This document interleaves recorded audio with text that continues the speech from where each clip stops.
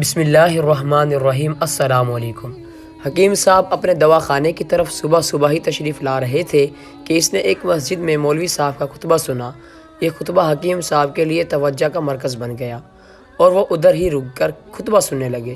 حکیم صاحب فرما رہے تھے کہ دنیا آپ کے بغیر نہیں رکتی اور نظام دنیا یوں ہی چلتا رہے گا۔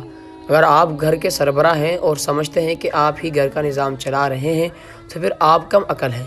گھر کا نظام آپ کے بغیر بھی چلتا رہے گا اور آپ کے ہونے یا نہ ہونے سے کوئی فرق نہیں پڑتا۔ حکیم صاحب نے ہاتھ بلند کیا اور کہنے لگا کہ مولانا صاحب، آپ کی باقی باتیں تو ٹھیک ہے، لیکن یہ بات تو بڑی ہی عجیب ہے۔ میں صبح لے کر شام تک دواخانے میں کام کرتا ہوں، محنت کر کے خون پسینہ بہاتا ہوں، تب ہی گھر کا نظام چلتا ہے۔ اگر میں چپ چاپ گھر میں بیٹھ جاؤں تو نوبت فاقوں تک آ جائے گی۔ مولوی صاحب نے فرمایا، بھائی جان، میں نے ٹھیک بات کی ہے، آپ چاہیں تو آزما لیں۔ حکیم نے کہا، ٹھیک ہے، پھر آج سے دواخانہ بند کرتا ہوں اور دیکھتا ہوں کہ گھر کا نظام میرے بغیر کیسے چلتا ہے۔ یہ کہتے ہوئے حکیم صاحب نے اپنا ضروری سامان پیک کیا اور گھر والوں کو بغیر بتائے 6 مہینے کے لیے ایک تبلیغی جماعت کے ساتھ چل پڑے۔ حکیم کے گھر والے، خصوصاً اس کی بیوی، بہت پریشان ہوئی۔ اس نے حکیم کی گمشدگی کا اخبار میں اشتہار دیا، مگر حکیم کا کچھ پتہ نہ چل سکا۔ صرف مولوی صاحب ہی اس کی حقیقت سے آگاہ تھے۔ حکیم صاحب تبلیغی جماعت کے ساتھ دور دراز علاقوں میں گئے ہوئے ہیں۔ کچھ دن بعد مولوی صاحب حکیم کی بیوی کے پاس آیا اور کہا، بہن، اصل بات یہ ہے کہ آپ اپنے شوہر کو تلاش مت کریں، وہ اب واپس نہیں آئے گا۔ وہ ایک جنگل سے گزر رہا تھا کہ جنگلی جانوروں کا شکار ہو گیا۔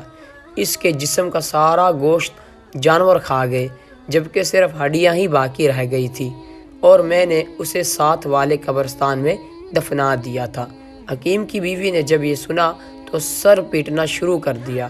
کچھ دن سارا خاندان شدید غم زدہ ہوا، مگر آہستہ آہستہ سب نارمل ہو گیا۔ گاؤں کے لوگوں نے حکیم کی بیوی پر ترس کھایا اور سب نے مل کر اس کی مالی امداد کی۔ چودھری صاحب نے اسے بیوہ اور لاوارث سمجھتے ہوئے ان کے بچوں کے نام کچھ زمین الاٹ کروا دی، تاکہ آنے والے وقت میں بچے مشکلات کا شکار نہ ہوں۔ سب نے مل کر پیسہ اکٹھا کیا اور حکیم کی نوجوان بیٹی کا رشتہ طے کیا۔ حکیم کا بیٹا پڑھائی میں بہت اچھا تھا، تو ایک کالج کے پرنسپل نے اس کی مکمل پڑھائی کی ذمہ داری اٹھائی اور ماہانہ وظیفہ بھی منظور کیا۔ وہ پہلے سے زیادہ خوشحال ہو چکے تھے۔ 6 ماہ بعد حکیم گھر واپس آیا اور اپنے دروازے پر دستک دی۔ اس کی بیوی نے دروازہ کھولا اور پھر فوراً بند کر دیا۔ وہ اس فوت سمجھ رہی تھی، اس لیے بہت خوفزدہ تھی۔ حکیم نے اپنی بیوی کو یقین دلانے کی بہت کوشش کی، مگر وہ نہ مانی اور گھر کا دروازہ نہ کھولا۔ آخرکار حکیم مولوی صاحب کو گواہ کے طور پر اپنے ساتھ لایا۔ مولوی صاحب نے حکیم کی بیوی کو ساری کہانی سنائی، مگر اسے پھر بھی یقین نہ آیا۔ آخرکار حکیم کو غصہ آیا اور طیش میں آ کر بیوی سے کہا کہ آخر تم چاہتی کیا ہو؟ نکاح نامہ اور شناختی کارڈ دیکھنے کے بعد تم مجھے کیوں جھٹلا رہی ہو؟ بیوی نے حکیم سے کہا کہ آپ آخر واپس کیوں آ گئے؟ میں آپ کے جانے کے بعد تو ہمارے دن ہی بدل گئے ہیں۔ آپ کی موجودگی میں تو ہمیں یہ آسائشیں میسر نہیں تھی۔ آپ کا بیٹا ایک اچھے ادارے میں تعلیم حاصل کر رہا ہے، بیٹی کا ایک اچھے خاندان میں رشتہ طے ہو گیا ہے۔ آپ نے واپس آ کر ہماری زندگی کے رنگ میں بھنگ ڈال دیا ہے۔ حکیم نے مایوسی کی حالت میں ساتھ کھڑے مولوی صاحب کی طرف دیکھا۔ مولوی صاحب نے مسکراتے ہوئے حکیم سے کہا، میں نے کہتا تھا کہ یہ دنیا ہے، آپ کے ہونے یا نہ ہونے سے کسی کو کوئی فرق نہیں پڑتا۔ آخرکار حکیم عدالت میں جا پہنچا اور اپنی بیوی کے خلاف عدالت میں مقدمہ درج کر دیا۔ جج نے بھی حکیم کی بہت کلاس لی اور کہا کہ آخر تم نے ایسا خطرناک تجربہ کیا ہی کیوں تھا؟ اب گھر والے تجھ سے بیزار ہو چکے ہیں۔